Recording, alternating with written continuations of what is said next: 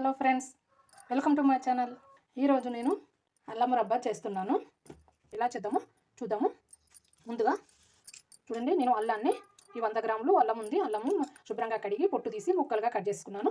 1 cup అల్లం ముక్కలు, అలాగే 1 కప్పు బెల్లము, ఇది కూడా మిక్సీ జార్లోనే వేసుకోవాలి. అలాగే షుగర్ కంపల్సరీగా వేయాలి. 1 ఇలాచి, వద్దనుకుంటే అవసరం లేదు, 1 ఇలాచి, చిటికెడంతా ఉప్పు అన్నీ వేసి మనం మిక్సీ పట్టేసుకొని చక్కగా పేస్ట్ లాగా చేసుకోవాలి. ఫస్ట్ మిక్సీ పట్టుకొని మనం చూడండి, మిక్సీ పట్టుకొని ఇలా చిక్కగా చూడండి మెత్తగా పేస్ట్ లాగా అయిపోయింది కదా. ఇప్పుడు ఇది ఇందులో వేస్ట్గా అటు ఇటు పోయేదంటూ ఏమీ ఉండదు. చూడండి, ఇప్పుడు దీన్ని మనము ఒక కడాయిలోకి తీసేసుకుందాం. ఇప్పుడు దీన్ని మనము స్టవ్ మీద పెట్టేసి దీన్ని ఉడకబెట్టేసుకుందాం. ఇలా మనము గట్టి పాకం రావాలండి. మన గట్టి పాకం వచ్చేదాకా మనము దీన్ని ఇలా జాగ్రత్తగా కలుపుతూ ఉండాలి.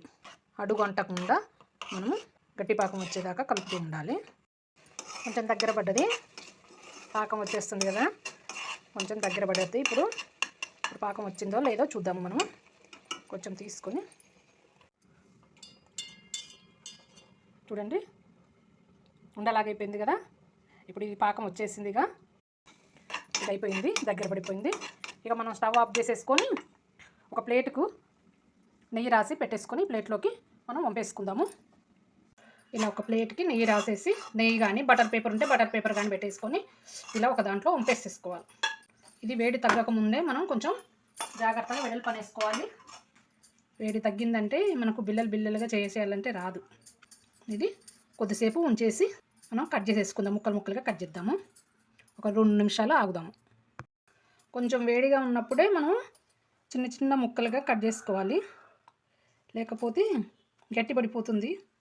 మనం ఏ సైజు కావాలనుకుంటే ఆ సైజు. కొంచెం గట్టి పడ్డదని అంటే ముక్కలుగా కట్ చేసుకుంటే రాదండి. కొంచెం వేడి ఉన్నప్పుడే కట్ చేసుకోవాలి.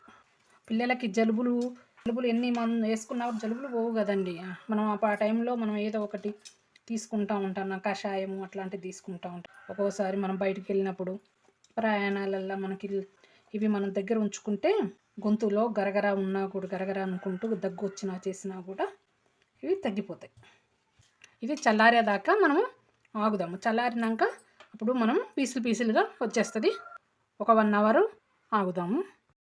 రెడీ అయిపోయిందండి అల్లం రబ్బా. చూడండి, తీయని ఘాటుగా ఎంతో టేస్ట్గా ఉండే హెల్దీ అల్లం రబ్బా రెడీ అయిపోయింది. ఇప్పుడు మనము చిన్న ముక్కలు కట్ చేసినాం కదా, ఇక చూడండి ఎంత చక్కగా వచ్చినాయో. ఇవి ఇలా మనకు దగ్గు వచ్చినప్పుడు చిన్న పీసులు ఇట్లా కొంచెం చిన్నగా చేసేసుకొని నోట్లో వేసేసుకుని అంటే చక్కగా కరిగిపోతూ ఉంటాయి, చాక్లెట్ లాగా కరిగిపోతూ ఉంటుంది. అప్పుడు మనం గొంతులో గరగరా అంటూ ఉంటుంది కదా, మనం దగ్గు వస్తూ ఉంటుంది కదా, ఆ టైంలో చాలా బాగా మనకు ఉపశమనం లభిస్తుంది. చేసి చూసి చెప్పండి నాకు. ఇది చాలా హెల్దీ ఫుడ్ అండి. స్వీట్ ఉంటుంది, ఘాటు ఉంటుంది, అన్నిటి విధంగా మనకు ఆరోగ్యపరంగా ఎంతో ఉపయోగపడే అల్లం రబ్బా రెడీ అయిపోయింది. షేర్ చేయండి, లైక్ చేయండి. Thank you.